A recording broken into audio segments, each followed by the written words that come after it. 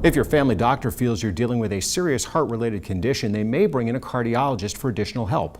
Symptoms like shortness of breath, chest pains, and dizzy spells often require special testing. Dr. Nitza Alvarez, cardiologist at Tri-County Heart Institute, explains some of the medical terms you might encounter when talking to your healthcare provider about your heart. I think that we have advanced a lot in cardiovascular disease, and especially in prevention and detection of heart problems. We know that we have very useful tools these days when we can actually do a stress test on a patient and identify if there is a concern for blockages or not. When your doctor recommends that you should go for a stress test, what they probably are looking for is, are there any concern for blockages that might not letting the heart receive enough blood flow? We can do a plain treadmill stress test. When a patient hears that, is that they're just gonna be walking a treadmill, and then we're gonna be printing EKGs as they're walking. That is a very simple way of identifying patients that might have blockages, because as they stress the heart, the lack of blood flow going to the heart is going to create changes in the electrocardiogram, saying that there is a problem with the blood flow getting there.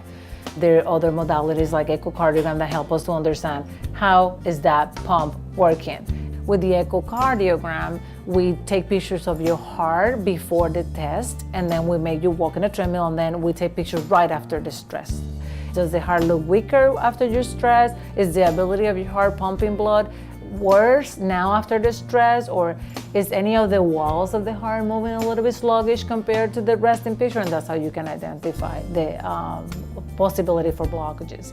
We also have modalities such as coronary angiogram, which is a term that we use interchangeably. We can say coronary angiogram or heart cath, people refer. It's a procedure that is recommended when your doctor think that you might have an artery in your heart that is blocked, which is a coronary artery. It's considered an invasive procedure because we have to go inside your heart.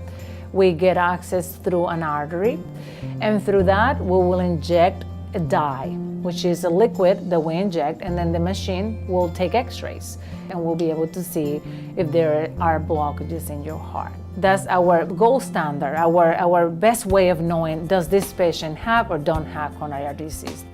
You'll find information on Dr. Nitza Alvarez and the Tri-County Heart Institute when you click on the Cardiology Buzzwords story link icon online at yourhometownhealth.com.